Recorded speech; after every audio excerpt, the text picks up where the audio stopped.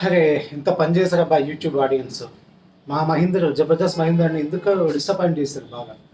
చాలా డిసప్పాయింట్ చేశారు. ఆయనేదో ₹1,00,00,000 వస్తాయని చెప్పేసి అనుకుంటే మీరు జస్ట్ 2,00,000 పంపించారు. పైగా 150 మందికి కేవలం ₹1 మాత్రమే పంపించారు. సో, ఇంత డిసప్పాయింట్‌మెంట్ ఎందుకు ఇచ్చారు మీరు? మీరు పంపించాల్సింది. ఒక 1,00,00,000, 2,00,00,000, 3,00,00,000 పంపించాల్సింది. అప్పుడు ఆయన హ్యాపీగా ఫీల్ అయ్యేవాడు. అసలు నిన్న వీడియో చేస్తే ఇవాళ డబ్బులు పంపించొద్దని వీడియో చేస్తే ఒక మేధావి కామెంట్ పెట్టాడు.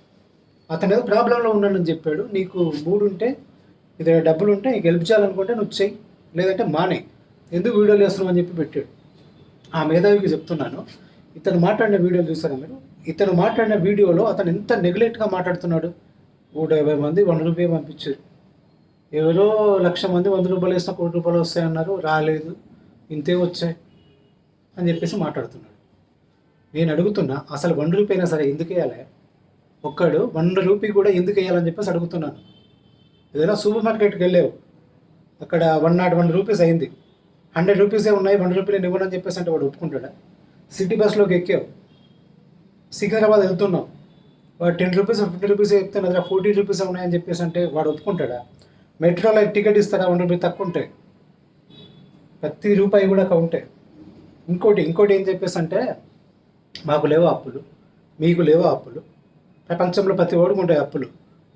అంత మాత్రాన ప్రతి ఒక్కడు వచ్చేసి ఆ సింపతి అనే కార్డు ఒకటి వాడి డబ్బులు అడుక్కోవాలన్న రూల్ ఎక్కడుంది? ఎవరికైనా అప్పులు ఉంటాయి, ఎవడి జీవితానికి వాడే బాధ్యుడు. సో నువ్వు ఆబ్వియస్లీ నీకు ఎలాంటి ఇంటెన్షన్ కూడా లేదా నీకు లాభాలు వస్తే సబ్స్క్రైబర్స్కి ఇవ్వాలని చెప్పేసి. అలాంటప్పుడు నువ్వు ఎలా అడుగుతావు? బరాబరి చెప్తున్నావు. అతను కనుక ముందు ఆ బిజినెస్లో ఇన్వాల్వ్ చేసి ఉంటే ఖచ్చితంగా ఈరోజు ఆయనకు సపోర్ట్గా చేసేవాళ్ళం వీడియోస్. గతంలో రౌడీయిజం అనేది ఉండేది, ఇప్పటికి కూడా ఉంది కావచ్చు చాలా చోట్ల. ఒకడు వచ్చేసి దౌర్జన్యం చేసి బెదిరించి నీ దగ్గర డబ్బులు వసూలు చేశాడు అనుకో, నీకు ఇష్టం లేదు వాడికి డబ్బులు ఇవ్వడం, కానీ వాడికి డబ్బులు అవసరం కాబట్టి నీకు రౌడీయిజం చేసి గూండాయిజం చేసి బెదిరించి నీ దగ్గర డబ్బులు వసూలు చేస్తే అది తప్ప కాదు. సో ఈ బెదిరింపు అనేది ఒక స్ట్రాటజీ.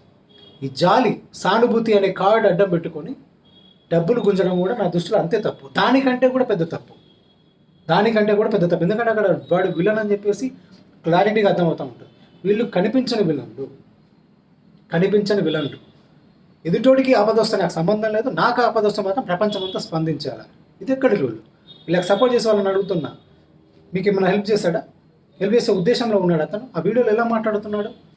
అసలు కాస్తైనా కానీ ఆ ఫాలోవర్స్ పైన, వ్యూవర్స్ పైన కాస్తైనా అతనికి 2,50,000 పంపించిన వాళ్ళపైన ఎక్కడైనా అంటే నేను ఎక్స్పెక్ట్ చేసిన ₹1,00,00,000 అమౌంట్కు తక్కువ వచ్చిందన్న బాధ తప్ప, పోనీలే నన్ను నమ్మి ఒక 2,50,000 పంపించారు అని చెప్పేసి ఒక గ్రాటిట్యూడ్, ఒక మనస్ఫూర్తిగా వాళ్ళకు థ్యాంక్స్ చెప్పడం అనేది లేదు. సెటే చేస్తున్నాడు. ఇంతేనా మీరు పంపించింది, ఇంతేనా మీరు అని చెప్పేసి అక్కడ కూడా జనాల్ని తిడుతున్నట్టుగా ఉంది. అతను చేసిన వీడియోలో నిజాయితీ ఉంటే ఎందుకు అబ్బా డిలీట్ చేస్తాడు నాకు అర్థం కాదు. అంటే అతనికి డబ్బులు పంపించాలనుకుంటే వాళ్ళందరికీ తప్పు చేసినట్ట? తప్పు చేయనప్పుడు ఎందుకు డిలీట్ చేస్తావు వీడియో? కంటిన్యూ చేయాల్సింది. కంటిన్యూ చేస్తూ వద్దులే అబ్బా హెడ్రోడ్ వచ్చేసింది, నలుగురు 4 రకాలుగా మాట్లాడుకుంటున్నారు, అందుకని డిలీట్ చేశాను అని చెప్పేసి మళ్ళీ క్యూఆర్ కోడ్ మళ్ళీ డిస్ప్లే చేస్తున్నాడు. మళ్ళీ ఇంకో అంటే ఆ వీడియోకి సంబంధించిన రీచ్ తగ్గిపోయింది కాబట్టి దాన్ని డిలీట్ చేశానన్న సాకుతో ఇంకొక వీడియో చేసి మళ్ళీ సేమ్ జనం నుంచి డబ్బులు గుంజాలి అని చెప్పేసి చూస్తూ ఉన్నాడు. అసలు ఇది కరెక్ట్ కాదు. మీ స్థాయిని మీరు తగ్గించుకుంటున్నారు. ఇప్పుడు సరే ₹1,00,00,000 వచ్చినా అది దాని ఏమంటారు, దాని మొగతనం అని చెప్పేసి అయితే ఎవ్వడు కూడా అన్నాడు. నువ్వు మంచి ఏజ్లో ఉన్నావు, మంచి టాలెంట్ ఉంది, మంచి వాక్చాతుర్యం ఉంది, మంచి గొంతు ఉంది, మంచి సపోర్ట్ ఉంది. నువ్వు పూరి జగన్నాథ్ ఎలాగైతే బిజినెస్ మ్యాన్ టైంలో వాళ్ళ ఫ్రెండ్ లాస్ చేస్తే కింద పడిపోయాడు, ఎవరిని అడగలేదే.